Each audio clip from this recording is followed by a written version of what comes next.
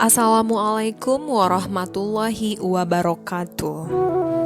Alhamdulillah kita masih diberikan kesempatan untuk melanjutkan bahasan kita pada materi listrik statis. Kali ini kita akan membahas tentang medan listrik. Apabila kita mendengarkan kata medan listrik, tentu akan muncul pertanyaan di benak kita. Apakah sama medan listrik itu seperti medan perang, atau medan gravitasi, atau medan-medan yang lainnya?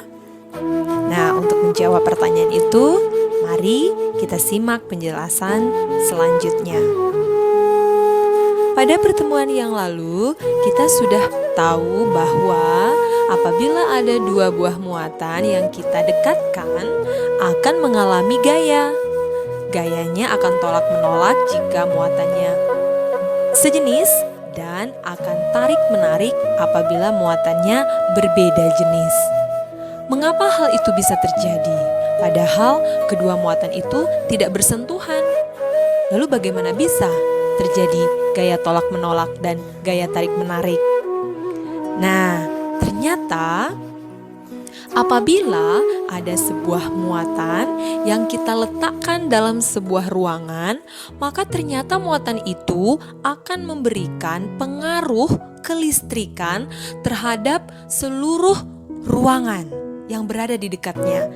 Jadi seluruh ruangan tempat dia berada akan merasakan pengaruh kelistrikan yang ditimbulkannya. Nah, hal itu bisa kita uji dengan memberikan sebuah muatan yang kita namakan dengan muatan uji dan biasanya bertanda positif. Apabila muatan uji itu kita dekatkan pada ruangan itu, dia akan mendapatkan pengaruh. Pengaruhnya bisa ditolak. Nah, itu berarti muatan yang berada di dalam ruangan bertanda positif. Bisa juga pengaruhnya ditarik. Kalau ditarik berarti muatan yang berada di dalam ruangan tersebut adalah negatif, ya. Untuk lebih jelasnya, lihatlah gambar ini. Andaikan Q1 adalah muatan yang kita letakkan di dalam ruangan. Nah, daerah di sekitar ini adalah medan listrik yang dihasilkan oleh muatan Q1. Apabila kita ingin menguji apakah di sekitar ini ada pengaruh kelistrikan, maka kita ujilah dengan sebuah muatan Q2. Ternyata Q1 dan Q2 mengalami interaksi. Interaksinya itu terjadi antara muatan Q2 dengan medan listrik yang dihasilkan oleh Q1. Akan menghasilkan gaya, apakah nantinya tarik-menarik atau gayanya tolak-menolak. Nah, secara fisika, medan listrik itu didefinisikan sebagai pengaruh yang ditimbulkan oleh keberadaan muatan listrik dalam ruangan yang ada di sekitarnya.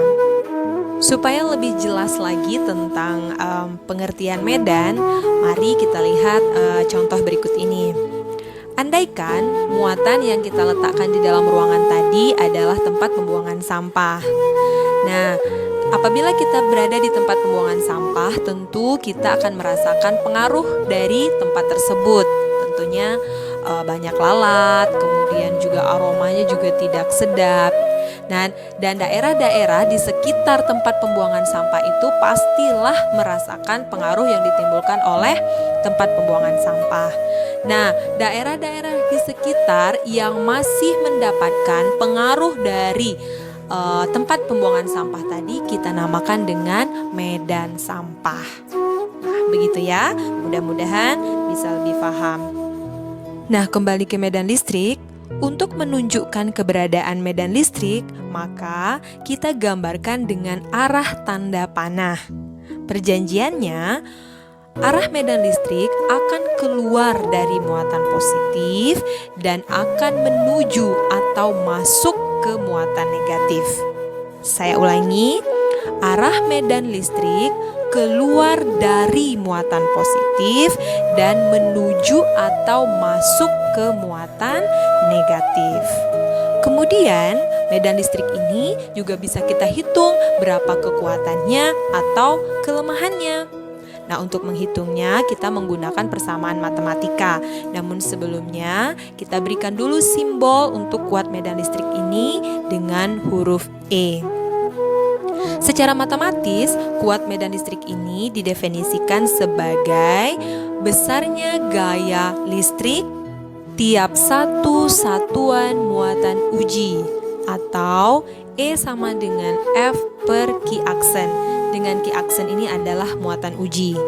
Nah, jika kita substitusikan F ini dengan persamaan hukum Coulomb, Q dikali Q aksen per R kuadrat, R itu adalah jarak antara kedua muatan ya, dibagi dengan Q aksen, maka dengan menggunakan hitungan matematika sederhana kita peroleh E sama dengan K dikali Q per R kuadrat. Nah, bisa difahami ya? Untuk lebih pahamnya, mari kita ke contoh soal. Sebenarnya ada banyak sekali model soal untuk kuat medan ini. Dan yang harus kamu ingat dalam menyelesaikan soal kuat medan ini, yang pertama adalah arah medan listrik, jangan lupa. Kemudian yang kedua, jarak antara muatan dengan muatan uji. Jadi apabila dua hal ini sudah kamu tentukan dengan benar, maka ketika kamu menghitung nilai kuat medannya akan menjadi gampang. Mari kita lihat contohnya. Andaikan terdapat dua buah muatan listrik masing-masing Q1 2 mikrokulom dan Q2 min 5 mikrokulom. Kedua muatan tersebut terpisah sejauh 80 cm. Pertanyaannya, berapa kuat medan listrik dan arahnya pada titik tepat di antara dua muatan? Kemudian yang B, di manakah posisi yang memiliki kuat medan 0? Nah, kita jawab pertanyaan ini. Yang pertama, seperti biasa kita gambarkan dulu arahnya. Q1 dan Q2 terpisah sejauh 80 cm atau 0,8 meter. Apabila kita akan menghitung kuat medan yang berada di tengah-tengah, tentu akan membagi dua jaraknya. 0,4 meter menuju Q2 dan 0,4 meter menuju Q1. Nah, sekarang kita gambarkan dulu E-nya atau medan listriknya. Yang pertama, kita lihat dulu satu persatu. E1 berarti mendapatkan pengaruh dari Q1. Ingat, kalau positif arahnya keluar. Kemudian untuk E2 artinya mendapatkan pengaruh dari Q2.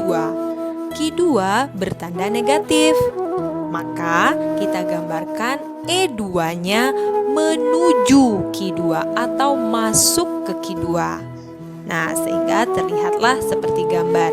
Sama-sama arah panahnya ke kanan. Otomatis nanti ketika kita menghitung, E1 tentu akan dijumlahkan dengan E2 karena panahnya sama-sama ke kanan. Oke? Kemudian kita tinggal hitung, kita masukkan ke persamaan E sama dengan K Q per R kuadrat. Kalau E1 berarti tinggal diganti Q-nya dengan Q1, R-nya dengan R1. Kalau Q2, Q-nya kita ganti dengan Q2 dan R-nya juga dengan R2. Kita hitung sehingga nanti kita dapatkan hasil E1 sama dengan 112,5 kali 10 pangkat 3 dan E2 281,25 kali 10 pangkat 3 Newton. Kita jumlahkan, kita dapatkan kuat medan listrik di antara kedua muatan adalah sebesar 393,75 kali 10 pangkat 3 Newton. Luar biasa besar ya. Baiklah, sekarang kita lanjutkan ke B. Di manakah posisi yang memiliki medan bernilai 0? Nah, prediksi kita ada di dua tempat. Kenapa kita memprediksi ada di dua tempat? Karena di tempat yang kedua tempat ini dia menghasilkan tanda panah yang berlawanan. Kalau kita asumsikan E-nya sama, ketika tandanya berlawanan tentu nilainya 0, kan begitu?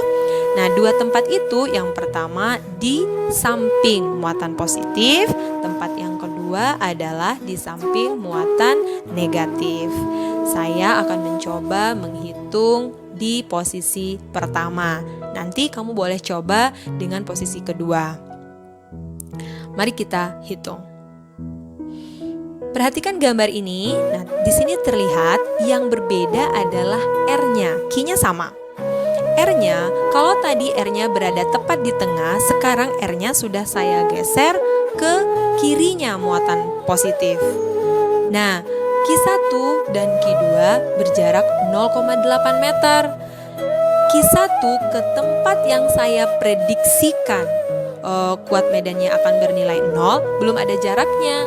Maka kita misalkan jaraknya dengan X. Sehingga jarak antara Q1 ke titik yang kita prediksikan adalah X, dan jarak Q2 ke titik yang kita prediksikan adalah X ditambah 0,8. Paham ya?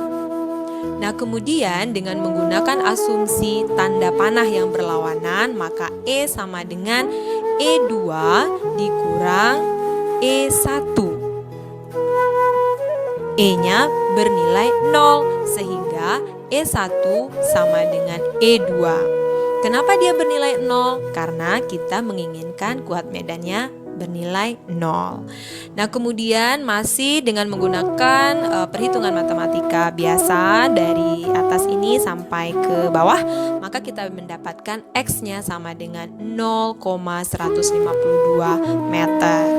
Apa artinya? Artinya adalah ruang yang medan listriknya bernilai 0 adalah terletak pada jarak 0,152 meter dari Q1. Atau apabila kita jumlahkan dengan 0,8, maka kita dapatkan 0,952 meter dari Q2. Nah, demikian saja pembelajaran kita hari ini. Semoga ada manfaatnya. Kita akhiri dengan membaca sebuah hadis yang berbunyi, sebaik-baik manusia adalah yang paling bermanfaat bagi manusia lainnya. Seberapa besar pengaruh kita terhadap orang-orang di sekitar kita, seberapa besar pengaruh kita terhadap lingkungan kita, apakah kita memberikan pengaruh yang positif atau malah kita memberikan pengaruh yang negatif terhadap lingkungan sekitar kita. Apakah kita menjadi manusia yang bermanfaat, yang mempunyai nilai, atau kita hanya menjadi manusia yang bernilai 0? Semuanya pilihan tergantung kepada kita sendiri. Demikian saja. Wassalamualaikum warahmatullahi wabarakatuh.